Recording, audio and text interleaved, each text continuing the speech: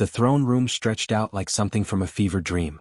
Jake Cooper had seen a lot of weird things in 15 years of hauling cargo across the outer systems, but nothing prepared him for this. The walls weren't just walls, they were alive somehow, made of crystal that breathed with violet light. Each pulse sent shadows dancing across the floor, and the whole place hummed with a low frequency that Jake could feel in his teeth. He tried not to think about how badly he'd screwed up. 2 hours ago he'd been elbow-deep in his ship's ion drive, cursing the cheap parts he'd bought on Station 7. The engine had been making that clicking sound again, the one that meant it was about to die. He'd been coaxing it along, trying to limp to the nearest repair dock, when the whole thing just gave up. 1 second he was drifting through what he thought was empty space. The next, his console lit up like a Christmas tree with warning signals. Turns out empty space wasn't so empty. He'd crossed into Verdax territory. Restricted Verdax territory. Now he was here on his knees with 2 guards pointing weapons at his head. The rifles didn't make the satisfying click of human guns. Instead, they hummed, this high-pitched whine that promised something much worse than bullets. Jake had heard stories about plasma rifles. How they didn't just kill you. They vaporized you. Left nothing but a scorch mark and some really bad memories for anyone watching. The Empress sat above him on a throne that looked carved from a single piece of amethyst. She was tall, taller than any human, with skin the color of lavender and eyes that had too many colors swirling in them. Her hands rested on the armrests, and Jake couldn't help but notice the 6 fingers on each hand, each one moving slightly, like she was playing an invisible piano. "You have violated Imperial space," she said. Her voice did something weird. It wasn't just sound. It was like music and words mixed together, hitting different notes that made the crystal walls pulse brighter for a second. Jake had heard the Verdax could do that. Speak in ways that went straight to your brain, bypassing your ears entirely. The penalty is death or servitude. Jake's mouth went dry. He'd been in tight spots before.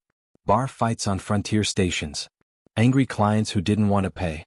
That time he'd accidentally transported what turned out to be stolen medical supplies and had to talk his way past customs. But this was different. This was an Empress. An alien Empress who ruled 47 star systems and could probably sneeze him out of existence. "Your Majesty," Jake started, his voice cracking. He cleared his throat and tried again. "Your Majesty, my ship malfunctioned. The ion drive cut out. I didn't mean to cross into your space. I didn't even know I was in your space until your patrol ships showed up." One of the guards jabbed him with the butt of the rifle.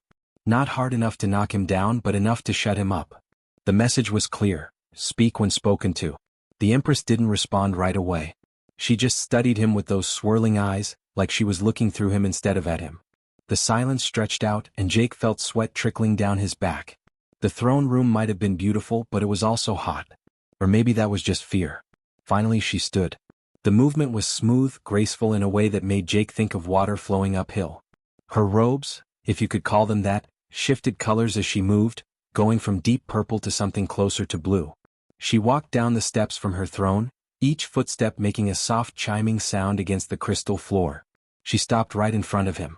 Up close she was even more intimidating. Jake was 6 feet tall, but she had at least 6 inches on him. She looked down at him the way someone might look at a bug they were deciding whether to step on. "You are a mechanic?" she asked. The question caught Jake off guard. Yes, Your Majesty.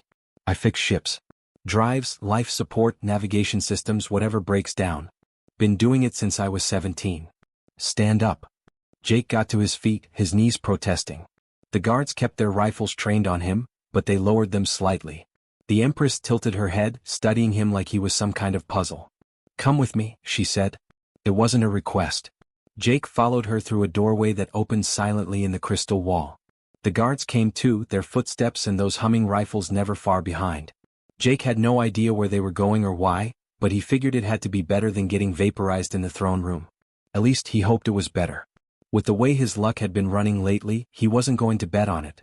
The medical bay looked like something out of a science fiction movie, except Jake Cooper was living it.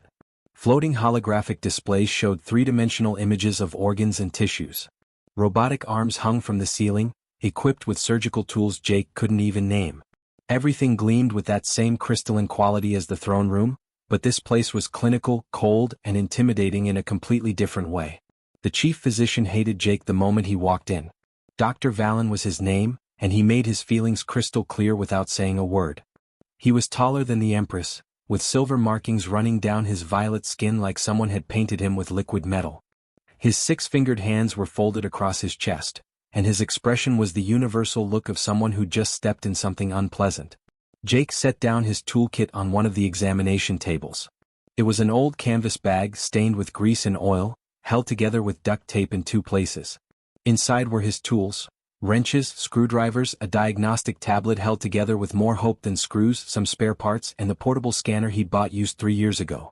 Valen looked at the bag like Jake had just plopped a dead rat on his pristine table. "You bring hand tools?" Valen's voice dripped with contempt.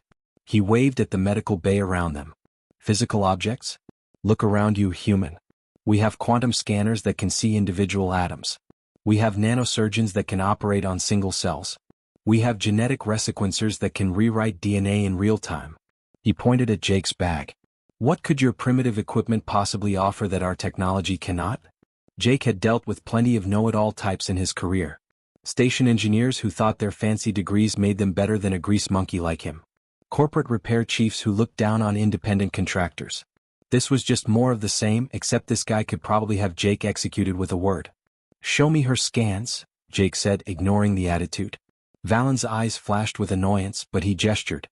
One of the floating displays expanded, filling half the room. Jake found himself staring at what he assumed was Princess Maya's brain. At least he thought it was her brain. The Verdak's anatomy was different from human, but he could see the damage clearly enough. Entire sections were dark, dead, like someone had taken an eraser to parts of a drawing. For the next 2 hours, Jake went through files. 3 years of treatment records. The Verdaks had tried everything, and when Jake said everything, he meant it. They'd attempted to install cybernetic implants directly into her brain, failed because the surrounding tissue rejected them. They'd injected stem cells to regrow the destroyed neurons, failed because the cells grew wrong, creating useless tangles. They'd used something called quantum field manipulation that Jake barely understood, trying to restructure her brain at the molecular level, failed because the damage was too extensive. The list went on and on. Every cutting-edge technique the Verdak's medical science could offer. All failures. Jake leaned back in his chair, rubbing his eyes. The Empress stood in the corner of the room, silent, watching. She'd been there the whole time, and Jake had felt her eyes on him constantly. No pressure or anything. "You're all trying to fix what's broken," Jake said finally. "Obviously," Valen replied, his tone ice-cold. "That is medicine. We repair damage. We heal injury. That is our function." "No." Jake pulled out his tablet from the bag. The screen was cracked and it took 3 tries to power on. Compared to the holographic displays surrounding them, it looked like something from the Stone Age. "That's engineering. You're treating her brain like a machine. Replace this part, rewire that section, rebuild this component. But medicine isn't engineering. Bodies aren't machines." He pulled up files he'd downloaded years ago from Earth medical databases. Video footage of therapy sessions. Brain scans showing recovery. Patient histories. "Look at this. Woman named Patricia, age 52. Massive stroke destroyed her speech centers. Doctors said she'd never talk again." Jake played a video showing an older woman struggling to form words, working with a therapist. 6 months later. Another video, the same woman speaking slowly but clearly, reading to her grandkids. Valen leaned forward despite himself. "How?" "Rehabilitation. Physical therapy. Speech therapy." Her brain created new pathways around the damage. The old roads were destroyed, so her brain built new ones. Jake pulled up more files. This kid, Tommy, born with brain damage that affected his ability to communicate. Could barely speak at age 5. They taught him sign language, gave him communication boards, worked with him for years.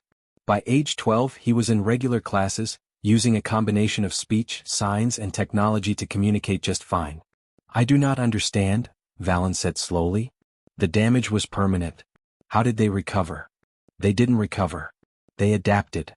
Jake stood up, warming to the subject now. This was something he actually understood, even if it wasn't his field. His sister Beth had gone through this after her accident. He'd watched the whole process. "See, you Verdaks have medicine that's so advanced you can heal almost anything. Broken bones? Fixed in hours. Damaged organs? Regrow them or print new ones. Genetic disorders? Rewrite the DNA. You're so good at fixing things that you never learned what to do when you can't fix something." The Empress finally spoke. "And humans did learn?" "We had to," Jake said simply. "For thousands of years, we couldn't fix most of what went wrong with our bodies. Broken spine? You were paralyzed for life. Lost a limb? It stayed lost. Brain damage? You learned to live with it or you didn't live at all. So we got really good at figuring out how to keep going when things couldn't be fixed. We learned how to work around problems instead of just through them. Valen was staring at the files now, his contempt replaced by something else. Curiosity maybe. Or confusion. You are saying we should not attempt to repair the princess's brain? I'm saying you can't repair it. You've tried for 3 years. Every approach has failed. Jake gestured at the brain scans. But here's what you haven't tried, teaching her brain to route around the damage. Neuroplasticity. The brain's ability to reorganize itself, form new connections, create new pathways. You don't fix the broken highway. You build new roads. That is impossible, Valen said, but his voice had lost its certainty. It's not impossible. It's just hard. It takes time, patience, and a lot of work. But I've seen it happen. Jake thought of his sister, how she'd spent months relearning how to speak after her accident. How frustrated she'd been. How many times she'd wanted to quit. But she'd kept going and eventually she'd found her voice again. Different than before but still hers. The Empress moved closer. Can you do this? Can you teach my daughter to communicate again? Jake wanted to say yes. He wanted to promise success. But he'd learned a long time ago that honest bad news was better than dishonest hope. I don't know. I'm not a doctor or a therapist. I'm just a mechanic who watched his sister go through rehabilitation. But I know the principles. I know the techniques. And I know that giving up because something can't be fixed the traditional way is the wrong answer. Valen and the Empress exchanged a long look. Finally, the doctor nodded slowly. Very well. Show us these human methods. Teach us this rehabilitation. We have nothing left to lose. Jake picked up his battered toolkit, feeling the weight of what he'd just agreed to. He was about to try teaching alien doctors human medical techniques using nothing but determination and a cracked tablet. Either he was brave or he was an idiot. Probably both. 2 months of failure felt like 2 years. Jake Cooper sat in Princess Aria's room, staring at the picture cards spread across the table. They'd been through this routine 63 times now. He'd counted. Point at the card showing water. Point at the card showing food. Point at yes. Point at no. Basic stuff that a toddler could handle. Aria sat across from him, staring out the window like he didn't exist. Her violet eyes were empty, distant, looking at something far beyond the 3 moons hanging in the afternoon sky. Jake had tried everything in his limited playbook. Picture cards. Simple gestures. Rhythm exercises where he'd clap and wait for her to mirror him. A keyboard that made sounds when you pressed the keys. Nothing. Not even a flicker of response. The door to Aria's chambers opened without warning. Jake turned to see Empress Lyra standing there, and the look on her face made his stomach drop. He'd seen that expression before, usually right before someone fired him from a repair job. Come with me, she said. Not a request. Jake followed her through corridors he'd never seen before, deeper into the palace. They ended up in a small private office, much less grand than the throne room. No crystal walls here, just simple stone and furniture that looked almost human in design. The Empress closed the door behind them and turned to face him. The council demands your execution. Jake's heart stopped for a second. He'd known this was coming, but hearing it out loud hit different. Your Majesty, They say you've made no progress. Lyra's voice was flat, tired.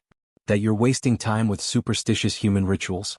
That you're a fraud who convinced me to spare your life with false promises. She walked to a window looking out over the city below. I defended you for 8 weeks, Jake Cooper. 8 weeks of watching you play with cards and make clicking sounds. 8 weeks of my daughter sitting like a statue while you accomplished nothing. Give me 1 more week, Jake said. Lyra spun around and for the first time, Jake saw real anger in her eyes.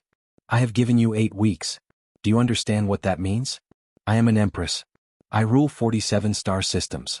I command fleets, negotiate treaties, make decisions that affect billions of lives. And for 8 weeks, I have spent my political capital defending a human mechanic who sits with my daughter playing children's games while she wastes away. Jake stood his ground. 1 more week, please. I think I know what I've been doing wrong. You think? Lyra's voice could have cut steel. You think you know? After 2 months of failure, you think? I know. Jake corrected himself. I know what I've been doing wrong. The Empress studied him with those swirling, multicolored eyes. Jake could see the exhaustion in her face, the lines that probably weren't there 3 years ago. This wasn't just an Empress trying to keep a promise. This was a mother watching her daughter disappear a little more each day. Explain, Lyra said finally, her voice softer. And it had better be good. Jake took a deep breath. I've been treating this like a medical problem. Get her brain to make new pathways, teach her new ways to communicate, rebuild the mechanics of speech. But it's not a medical problem. Not anymore. He paused, trying to find the right words. It's a trauma problem. Lyra frowned. I do not understand. Your daughter didn't just lose her ability to speak. She lost who she was. Jake ran his hand through his hair, a nervous habit from back home. Think about it. She was the Empire's best diplomat. She could speak 18 languages. She prevented wars with her words. Her voice was everything she was, everything that made her special, everything that gave her purpose. And then in one instant it was gone. The Empress was silent, listening. Even if we could magically restore her physical ability to communicate, Jake continued, she's not going to come back. Because she's buried herself so deep in that trauma that she doesn't want to come back. What's the point of speaking if you're not who you used to be? What's the point of trying if you can never be that person again? Lyra moved to a chair and sat down heavily, like someone had cut her strings. Then what can you possibly do? If she has given up, if she does not want to return, how can you reach her? I need to show her something, Jake said. I need to show her that losing your greatest gift doesn't mean losing yourself. That you can be broken and still be whole. That being different doesn't mean being less. How? By showing her humans. Real humans who lost everything and rebuilt themselves into something new. My sister Beth, she was a concert pianist. Played for audiences of thousands. Then she had an accident, lost fine motor control in her left hand. She'd never play professionally again. You know what she did? She became a teacher. She found a new purpose. She's probably happier now than she ever was performing. Jake leaned against the wall. That's what your daughter needs to see. Not therapy exercises. Not medical procedures. She needs to see that life doesn't end when you lose what made you special. It just changes. You become something different. Sometimes something better. The Empress was quiet for a long time. Jake could hear sounds from the city outside, ships passing overhead, the distant hum of the palace systems, his own heartbeat pounding in his ears. 1 week, Lyra said finally. But Jake Cooper, if this fails, I will not be able to protect you anymore. The council will have your head and I will not stop them. Do you understand? I understand. Then make it count. Jake left the office knowing he had 7 days to accomplish what he'd failed to do in 63. 7 days to reach a princess who'd locked herself away in silence. No pressure at all. The palace erupted like someone had set off fireworks in every room at once. Jake Cooper barely had time to process what had happened before servants were running through corridors, nobles were shouting in celebration, and communication systems were lighting up across the entire star system. Princess Arya had spoken. After 3 years of silence, she'd communicated actual words through her device, and the news spread faster than light-speed travel. Within hours, every planet in the Verdax Empire knew. The lost princess was found. The broken heir had been restored. And the human mechanic who'd done it became famous overnight. Jake wasn't sure how he felt about that last part. Dr. Valen found him in Aria's chambers the next morning. Jake was exhausted, having spent most of the night answering questions from medical teams who suddenly wanted to know everything about human rehabilitation techniques. The same doctor who'd looked at Jake's toolkit with disgust now stood in the doorway with an expression Jake had never expected to see. Humility. I was wrong, Valen said simply. No excuses, no justifications. Your methods, I did not understand them. I thought they were primitive superstition. I see now they are sophisticated science we never developed because we never needed to. Will you teach us? Jake blinked, still processing. Teach you? Yes. Everything you know about rehabilitation. Everything humans have learned about working around damage instead of repairing it. We need to learn this. Valen gestured toward where Arya sat, working with her communication device. If this can work for the princess, it can work for others. Soldiers who lost communication ability in combat. Civilians damaged in accidents. Children born with conditions we thought were hopeless. You have shown us an entirely new field of medicine. And that's when things got complicated. The weeks following Aria's breakthrough turned into a whirlwind that Jake couldn't control. The princess's recovery accelerated in ways that shocked even him. He'd been right about Verdak's neuroplasticity. Their brains could adapt and rewire faster than human brains. What would take a human patient months or years took Arya weeks. She wasn't just relearning communication. She was inventing completely new methods. Arya combined everything Jake had taught her into something unique.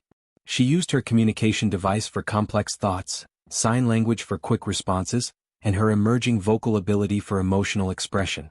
Within a month, she could hold basic conversations. Within 2 months, she stood before the Imperial Council and explained her entire journey through silence and back into speech.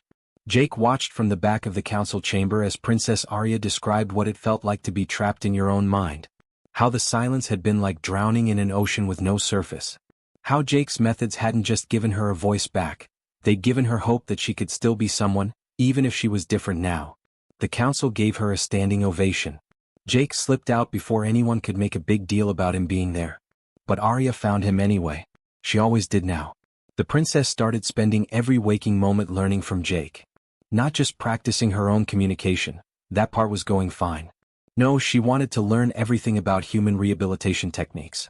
She asked questions constantly. How did humans help people who couldn't walk? What about people who couldn't see or hear? What about people with broken minds instead of broken bodies? Jake did his best to answer, pulling up files from Earth medical databases, explaining concepts he barely understood himself. Physical therapy, occupational therapy, speech therapy, psychological counseling, pain management, adaptive technology. All these fields that humans had developed over centuries because they'd needed them to survive. The Verdax Empire had never needed any of it. Their medicine was so advanced that injuries healed quickly and completely. But that meant they had no answers when something couldn't be healed. No framework for helping people adapt to permanent damage. Arya absorbed it all like she was dying of thirst, and this was water. Why are you doing this?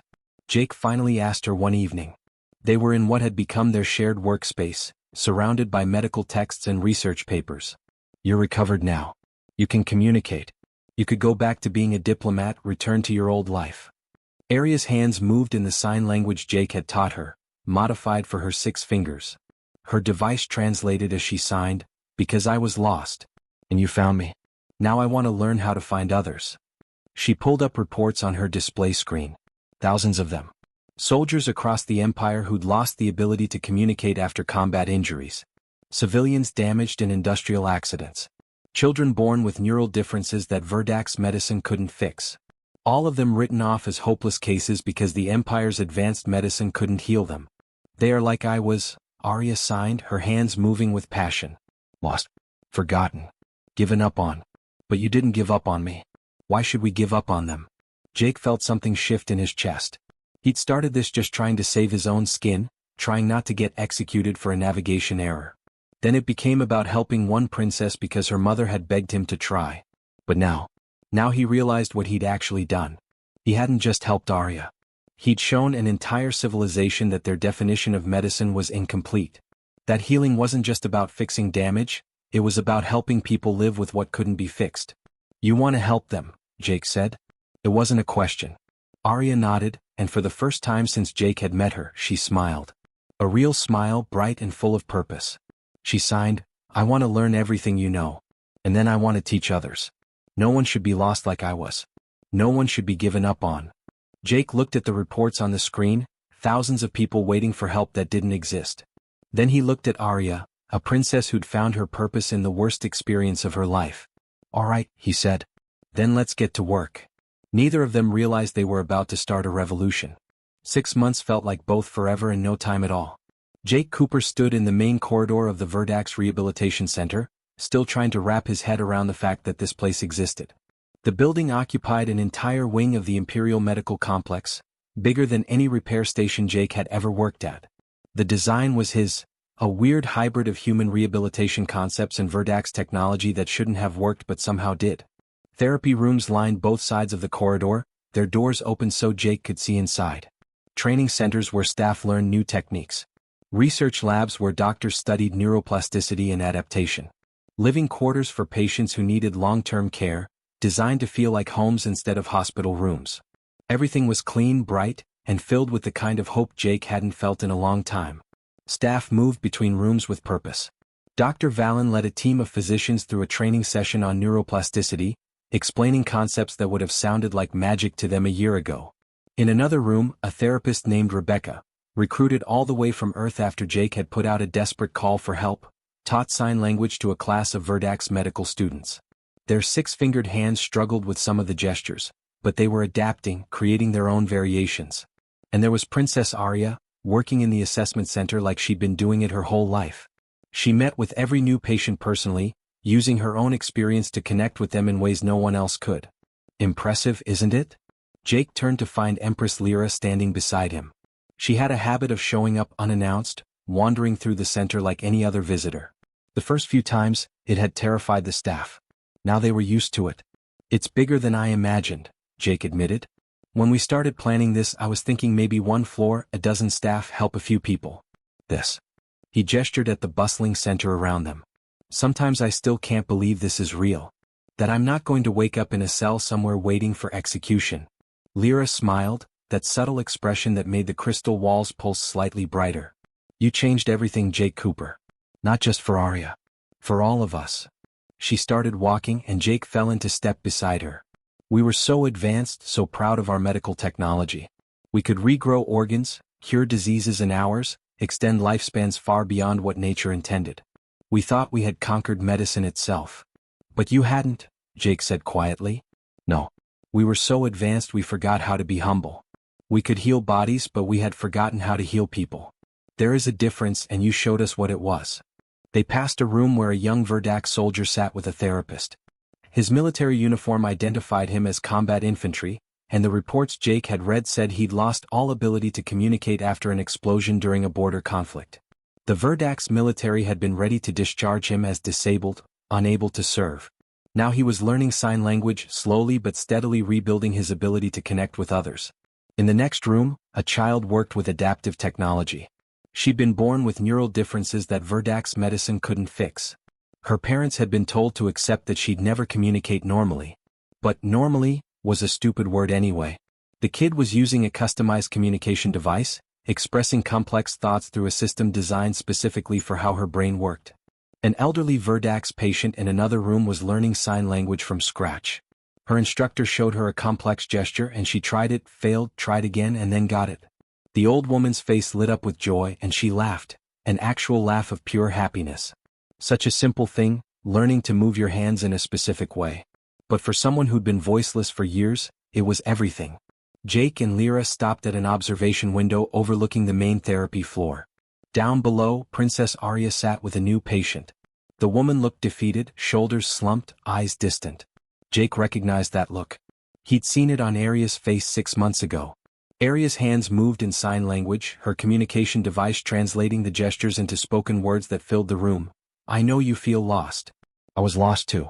But I promise you there is a way back. Let us help you find it. The patient stared at Arya for a long moment. Then, hesitantly, her hands tried to copy the signs. They were clumsy, uncertain, the movements of someone who'd forgotten how to hope. But it was communication. It was a first step. It was everything. My daughter has found her purpose, Lyra said quietly, watching the scene below. Perhaps a better purpose than diplomacy ever gave her. She was good at preventing wars, at building bridges between species. But this. The Empress's voice caught slightly. This is building bridges between people and themselves. Helping them find their way back from places darker than any war. She's amazing, Jake said, and he meant it. She's already better at this than I am. She understands what it feels like to be on the other side. I can teach techniques and methods, but she can teach hope. That's worth more than anything I brought to this. Lyra turned to look at him, those multicolored eyes studying his face. And what about you, Jake Cooper? Have you found what you were looking for? Jake considered the question. 6 months ago, he'd been a mechanic hauling cargo across the outer systems, one broken engine away from disaster. Now he was the director of a rehabilitation center, training alien doctors in human medical techniques, changing lives across 47 star systems. I wasn't looking for anything, he said honestly. I was just trying not to die for a navigation error. Trying not to get executed for crossing into the wrong space. Lyra laughed, and the sound was like crystal bells ringing in a temple. Light and clear and full of genuine amusement. And instead you stumbled into destiny. You became a legend. You started a revolution in medicine. Funny how that works, isn't it? Jake thought about it. About how his broken ship had led him here. About how trying to save his own life had ended up saving so many others. About how the simplest human idea, that broken didn't mean worthless, had changed an entire empire's understanding of what medicine could be. Yeah, he said, smiling despite himself. Funny how that works.